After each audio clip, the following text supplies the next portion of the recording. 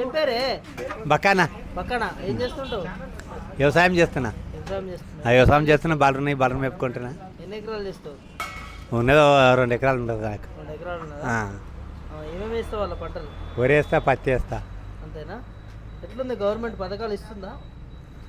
ఇక పథకాలం రైతు బంధు అయితే ఇప్పుడు ఒక పారి వచ్చింది, ఇక మళ్ళీ వస్తలేదు కదా. మళ్ళీ వస్తలేదా?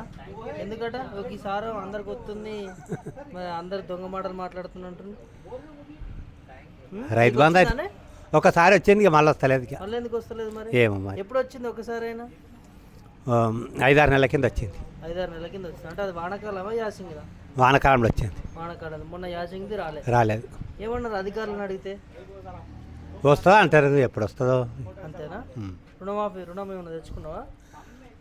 నేను తెచ్చుకున్న 50,000 కానీ మాపి కాలేదు. ఎందుకు కాలేదు మాపి? ఎందుకు కాలేదో నాకైతే మాపి కాలేదు. 2 లక్షల వరకు అయిందంటారు. అయిందట, కొంతమందికి అయిందట, కానీ నాకు కాలేదు. నీకెందుకు కాలేదు మరి? అడిగితే ఏమంటారు అధికారులు? కాదన్నారు. కాదంటారా? నువ్వు రెన్యువల్ చేసుకుంటలేదా? రెన్యువల్ చేసుకుంటాం కానీ కడతలేవా మరి? ఇక మిత్తి కట్టలేను, వాటికి అయితే మిత్తి కట్టలేను. రుణమాఫీ అయితే కాలేదు, ఇబ్బంది పడుతున్నాయి. రైతు బంధు వేస్తే ఆసరా అవుతుండేనా? ఎట్లుంటుండే? న్యాయం ఉండకుండా రైతు బంధు వేస్తే వ్యవసాయానికి న్యాయం ఉంటుండే కదా. వ్యవసాయానికి న్యాయం ఉంటుంది, ఆసరా అవుతుండే. ఒట్లు అమ్మినావానే? వడ్లు పోయినాయి, అలా పోయినాయి. ఇట్లా గిట్టుబాటు ఎట్లా పెడుతురు? మంచిగా పెడుతురా? ఐకేపీ సెంటర్ అమ్మినా ప్రైవేటా? ప్రైవేట్ ఏం బావు, అక్కడే గవర్నమెంట్కి. బోనస్ ఇస్తురా? 500 కట్టిస్తా అన్నారు అప్పుడు. ఏం లేదు ఇంకా. దొడ్డోట్లకు రావట్నా? దొడ్డోట్లే నేను అమ్మింది ఇప్పుడు యాసకి. దొడ్డోట్లకు ఏమి ఇయ్యరు? ఏమి ఇవ్వాలి ఇక. అంతేనా? పోటీలు పెడుతున్నారు, ఎట్టున్నది కాంగ్రెస్ గవర్నమెంట్?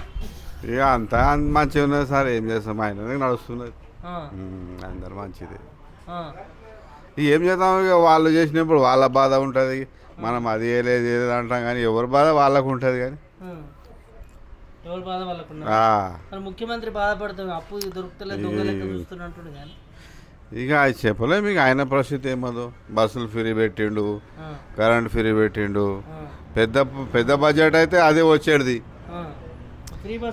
ఈ ఫ్రీ బస్సు కరెంటు అంతా తీసేసి పబ్లిక్ కష్టం చేసి బతికినట్టు చేయాలి సార్.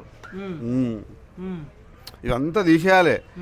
తీసేసి ఏం చేయాలి, పాప ముసలోళ్ళకు పింఛింగ్ ఇచ్చి అంతా తీసేయాలి.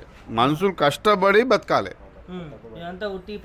ఇవన్నీ ఇది రైతు బంధు, ఇది బియ్యం కూడా బంద్ చేయాలి అసలు. అప్పుడు పబ్లిక్ కష్టం చేసి బతుకుతుంది, గవర్నమెంట్ కూడా ఇన్కమ్ బాగా వస్తుంది, పని చేస్తుంది. ఇప్పుడు గవర్నమెంట్కి ఇన్కమ్ లేదు, ఏం చేస్తారు వాళ్ళు పాపం. ఇంత పరిస్థితి అంటే ఇక పథకాలంటే ఇప్పుడు కరెంట్ ఫ్రీ, బస్సులు ఫ్రీ, పెద్ద బడ్జెట్ అంటే కరెంట్ది బస్సులది. గవర్నమెంట్కి ఆదాయం వచ్చేది బంద్ అయిపోయింది, ఎక్కడికి వెళ్ళి ఇస్తారు వాళ్ళు కూడా. ఇక అవి కూడా ఏమో ఇయ్యరు, ఇక వాళ్ళు ఇయ్యరు కాదు. వాళ్ళు ముఖ్యమంత్రి అప్పు దొరుకుతలేదు, దొంగలెక్క చూస్తారు అంటున్నారు. ఇప్పుడు అంటున్నాం, కానీ వాళ్ళకి ఆధారం వస్తే ఇస్తురేమో, వాళ్ళకు కూడా అప్పు అయింది అది అయితే అంటున్నారు. చెప్పలేము. ఇక ప్రభుత్వం ఏంటంటే మంచి ప్రభుత్వం అంటే రైతు బంధు, ఇది బియ్యము, అన్ని పథకాలు ఇచ్చిపెట్టాలి. ముసలోళ్ళకు పింఛింగ్ ఇచ్చి అన్నీ బంద్ చేయాలి.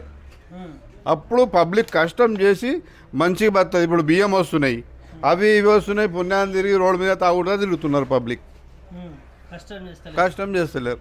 ఇప్పుడు మా దగ్గర కొంచెం భూమి ఉన్నది, కూలి పిలిచినా కానీ వస్తలేరు, ఎందుకంటే వాళ్ళకు నెలకు ఇన్ని బియ్యం వస్తున్నాయి. ముసలిలో పైసలు వచ్చినా కానీ గుంజుకుంటున్నారు, పూరలే తింటున్నారు. అట్లా ఈ మొత్తం మంచి చేసి పాప ముసలిలకు అది పింఛన్ ఇస్తేనే వాళ్ళు బాగుపడతారు. ఎంత నష్టమే. ఇక అన్నీ చెప్తురన్నా, రాజకీయం వాళ్ళు ఇస్తామన్నప్పుడు వీళ్ళు ఇస్తాం. ఇక రాజకీయం ఎట్లుంటుంది, ఇక ఎట్టు పోయి అవతలు చెప్పి గెలవాలి. ఇక ప్రజల మోసం అంటే ఏం చేస్తాం, వాళ్ళకి ఆధారం వస్తలేదు, వాళ్ళు కూడా చెప్పి అయ్యో అన్నట్టు వాళ్ళు కూడా బాధ ఉన్నది. అంతే, వాళ్ళు కూడా బాధపడరా. సరే మంచి.